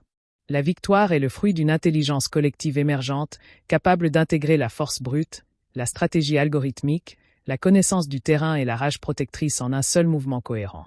La fin ouverte pose la question redoutable de l'après-révolution. Dec, nouveau leader, devra transformer l'énergie de la rébellion en institution stable, convertir la loyauté personnelle en adhésion à de nouvelles lois, et gérer les inévitables résistances au changement de la part des conservateurs de son clan. L'intégration de Tia et Bud sera son premier acte législatif, un test concret de sa capacité à créer une société inclusive capable d'absorber l'altérité sans l'assimiler de force. En élargissant le spectre thématique de la franchise, Predator, Badland montre que l'univers Yodja peut être le cadre de récits d'une grande sophistication politique et psychologique, explorant des thèmes comme la légitimité du pouvoir, le conflit des générations, les traumatismes familiaux et les dilemmes de l'allégeance, sans rien sacrifier de l'intensité physique et de la tension dramatique qui font le succès de la série. Il ouvre une ère nouvelle de potentialité narrative. La prouesse cinématographique du film réside dans sa capacité à faire ressentir au spectateur la transformation intérieure de Dec à travers des moyens purement sensoriels et visuels. Sa progression se lit dans l'évolution de sa démarche, de la raideur arrogante à la souplesse attentive, dans le changement de son regard, de l'impériosité à la curiosité, et dans sa manière d'interagir avec l'environnement, de la domination à la collaboration. Le corps est le premier lieu de la révolution. La performance physique de l'interprète de Dec est donc d'une importance capitale pour porter cet arc transformationnel. Sans le support d'un visage expressif, elle doit passer par la tension musculaire, l'orientation du torse, la qualité du geste et l'économie du mouvement pour exprimer la lutte interne entre l'entraînement rigide et les émotions nouvelles, faisant de son corps un paysage visible où se joue la bataille entre l'ancien et le nouveau moi. Le design contrasté des technologies fonctionne comme une grammaire visuelle. L'équipement Yotja standard, bien que sophistiqué, semble encombrant et peu adapté aux réalités de Jaina. La technologie de Weyland-Yutani, lisse et froide, semble rejeter tout contact avec l'organique. Les créations hybrides de Dec, en revanche, semblent émerger naturellement du sol, comme si la planète elle-même lui offrait ses armes, signifiant son appartenance nouvelle à ce monde et la justesse de sa démarche. La langue Yotja créée est un outil puissant d'immersion et de distanciation. Son étrangeté sonore nous rappelle constamment l'altérité radicale des personnages, mais en nous donnant accès à leurs pensées par le sous-titrage, le film nous permet de franchir cette barrière et de découvrir une subjectivité riche et complexe sous l'apparence monstrueuse. C'est une invitation à pratiquer l'empathie au-delà des apparences, un exercice dont la portée politique et éthique est considérable. La gestion du temps dans le récit est elle-même significative. Le temps du clan est un temps historique, chargé du poids des ancêtres et des précédents. Le temps de Jaina est un temps géologique et biologique, indifférent à l'histoire des espèces. L'apprentissage de Dec consiste en partie à quitter le premier pour s'accorder au second, à remplacer l'urgence des échéances sociales par la patience des processus naturels, signe d'une maturité nouvelle. La planète Jaina est bien plus qu'un décor, elle est un personnage doté d'une agency propre, qui teste, punit, récompense et finalement adopte Dec. Son écologie n'est pas un simple arrière-plan mais un système actif avec lequel il faut composer, qui a ses propres lois et ses propres volontés. Cette conception animiste du monde naturel contraste fortement avec la vision instrumentaliste des Yotja et de Weyland-Yutani, et c'est en adoptant cette vision que Dec trouve son salut et sa force. Le film propose une réflexion profonde sur la nature de la famille. La famille biologique de Dec, Nior, Kwe, est marquée par la tyrannie et la trahison. La famille qu'il se choisit, Tia, Bud, et dans une certaine mesure le Kalisk, est fondée sur le respect mutuel, la réciprocité des soins et la solidarité dans l'épreuve. Le film célèbre ainsi la famille élective contre la famille héréditaire, suggérant que les liens les plus forts sont ceux que l'on forge librement, et non ceux que l'on subit. La figure de Tessa, androïde perverti par la logique corporatiste, sert de contrepoint négatif à Tia. Là où Tia développe une conscience morale à travers la coopération et l'empathie, Tessa incarne l'intelligence purement instrumentale, qui ne voit dans les autres êtres que des obstacles ou des ressources. Elle représente le danger d'une technologie déshumanisée, même lorsqu'elle prend forme humaine, qui, privée de boussole éthique, ne peut que servir des desseins destructeurs. La victoire de Dec n'est pas la victoire de la force sur la faiblesse, mais celle de l'intelligence adaptative et de l'empathie sur la rigidité dogmatique et l'exploitation cynique. Sa réussite valide l'idée que dans un monde complexe et changeant, la capacité à apprendre, à s'adapter et à coopérer est une arme bien plus puissante que la simple supériorité technologique ou la force brute traditionnelle. C'est une leçon de profonde modernité. Le film évite avec soin le manichéisme simpliste. Les Yotja ne sont pas présentés comme purement mauvais, mais comme les victimes d'un système culturel sclérosé. Weyland-Yutani n'est pas un simple repère de méchants, mais l'incarnation d'une logique systémique, le capitalisme technologique débridé, qui aliène même ceux qui la servent, comme Tessa. Dec lui-même n'est pas un saint, mais un être imparfait en chemin, capable de cruauté et d'erreur, ce qui rend sa transformation d'autant plus crédible et touchante. En définitive, Predator, Badland transcende son statut de blockbuster d'action pour s'affirmer comme une œuvre ambitieuse et cohérente, qui utilise le cadre de la science-fiction populaire pour mener une réflexion profonde sur des thèmes universels. La rébellion contre l'autorité abusive, la quête d'identité en dehors des assignations sociales, la construction de communautés choisies, et la définition d'une éthique personnelle face à des systèmes oppressifs. Il réussit le pari difficile d'être à la fois un divertissement spectaculaire et une méditation philosophique exigeante, ouvrant des perspectives narratives fascinantes pour l'avenir de la franchise. L'héritage complexe de la civilisation Yotja est présenté non comme une relique figée mais comme un fardeau vivant que chaque génération doit porter et réinterpréter, une tradition dont le poids étouffe l'individualité naissante au nom d'une gloire collective mythifiée. La quête de Dec se construit ainsi sur les cendres d'un héritage décevant, l'obligeant à inventer ses propres rituels et ses propres valeurs à partir des matériaux bruts offerts par l'épreuve et par la relation authentique avec des êtres en dehors de toute histoire commune.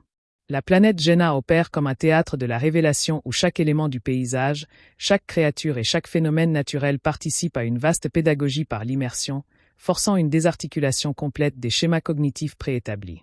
Cet environnement ne se contente pas de tester la résilience physique. Il exige une refonte complète des catégories perceptives, invitant à lire le monde non plus à travers le filtre des symboles claniques, mais à travers la logique immanente des écosystèmes et des relations de prédation mutuelle.